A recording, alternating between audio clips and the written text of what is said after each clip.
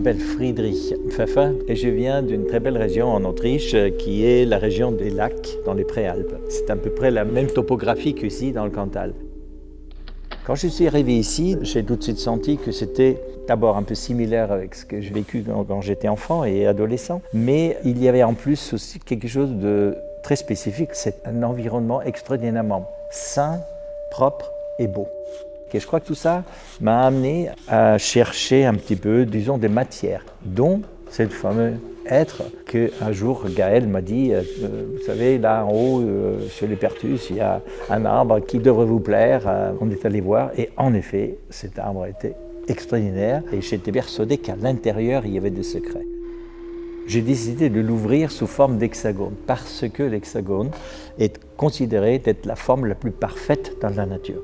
Quand on a vu ce qui était à l'intérieur, c'était une merveille, c'est-à-dire cet arbre a enfermé en lui 200 ans de vie et d'histoire.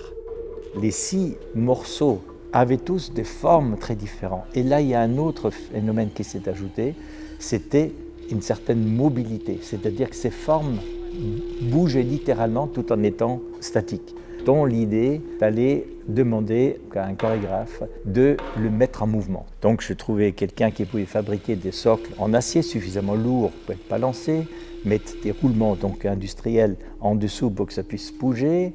Et une fois ça réglé, j'ai trouvé donc la manufacture et surtout Link, qui est à mon avis non seulement un magnifique danseur, c'est un magnifique chorégraphe, c'est un compositeur, c'est aussi un sculpteur, il travaille du bois. En fait, c'est un artiste complet. Et je pensais que ça pourrait donner quelque chose.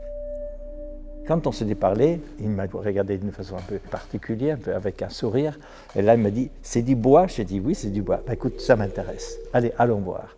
Et comme ça, l'histoire est née avec la manufacture. Quand Friedrich m'a contacté pour le projet, j'étais très content parce que j'ai jamais travaillé avec des objets de cette dimension-là sur scène. Ça faisait lien avec les choses que j'ai aimées pendant beaucoup d'années, ma relation au bois et ma relation aussi aux instruments, toutes mes flûtes amérindiennes, doudouk, qui sont des instruments que j'utilise aussi dans le spectacle. Il y avait tellement de détails, il y avait tellement de présence, j'avais plus de mots en fait, ça m'a submergée dans l'œuvre tout de suite.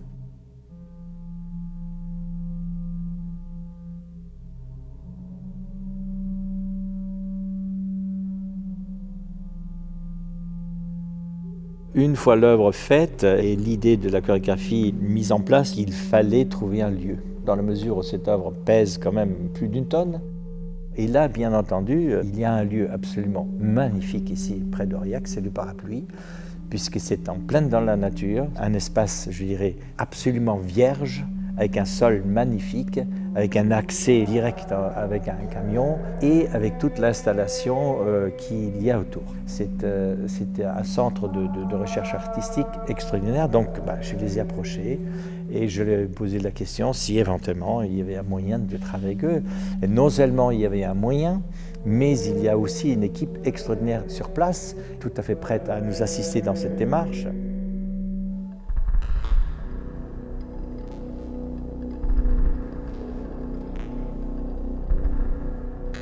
Dans la construction de Hêtre, il n'y a pas seulement de la musique, il y a aussi des sons très particuliers. On trouve des sons bruts, on trouve des sons primaires, on trouve des sons parfois vocaux, ce qui fait que pour moi c'était une énorme surprise. Durant le processus de création, c'est comment on peut s'ordonner vis-à-vis de nos idées, de nos perspectives, parce qu'on a des perspectives qui sont parallèles, mais malgré tout qui sont différentes, parce que lui, il a une expérience sur la matière et moi, j'ai une expérience davantage sur la mise en scène, la danse et l'atmosphère.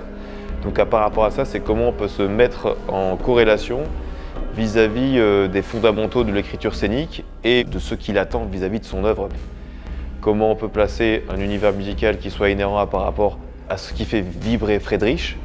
Il adore la musique classique, du coup on a travaillé sur beaucoup de samples qui viennent de musique classique. Il y a beaucoup d'instruments qui ont été enregistrés dans mon studio, des harpes, il y avait aussi des gikongi, gong et en live flûte et doudouk encore une fois. Donc c'était un peu un travail de ping-pong au fur et à mesure de manière à ce qu'on puisse trouver un équilibre qui soit cohérent dans la proposition et qui rende tout le monde satisfait vis-à-vis de la place dans le projet.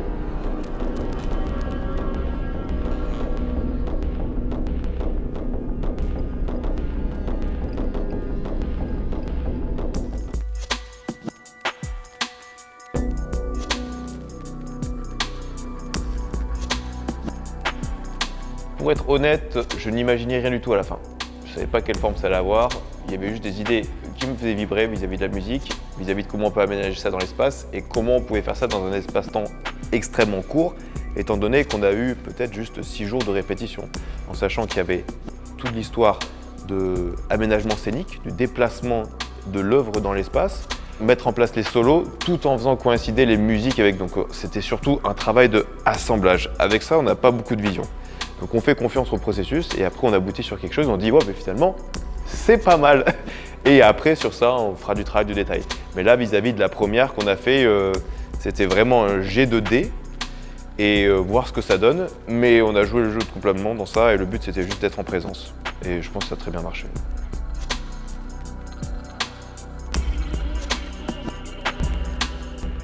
Dans mon langage maternel, en allemand, il existe une expression qu'on appelle Gesamtkunstwerk.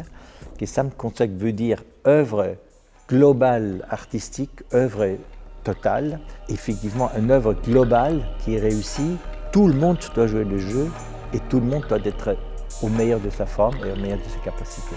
Et voilà, je pense qu'on est arrivé avec une idée, avec une œuvre, avec un traitement chorégraphique, un traitement musical, un traitement technique de lumière, un traitement de captation. Tout a fonctionné à merveille. Vraiment, ça a dépassé toutes mes espérances.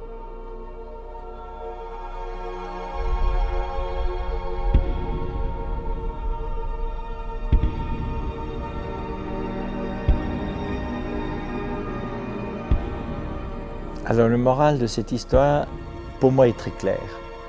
J'ai beaucoup évolué dans l'art et dans l'art contemporain et cet art contemporain qui est devenu une espèce de bulle extraordinaire, voire un business extraordinaire, c'est pas ça qui me touche en particulier. Ce que j'aime, c'est l'œuvre unique. Pour qu'une œuvre devienne vraiment unique, il y a plusieurs facteurs et on trouve ça principalement, bien sûr, dans la nature, parce qu'il y a un facteur matière et un facteur de temps.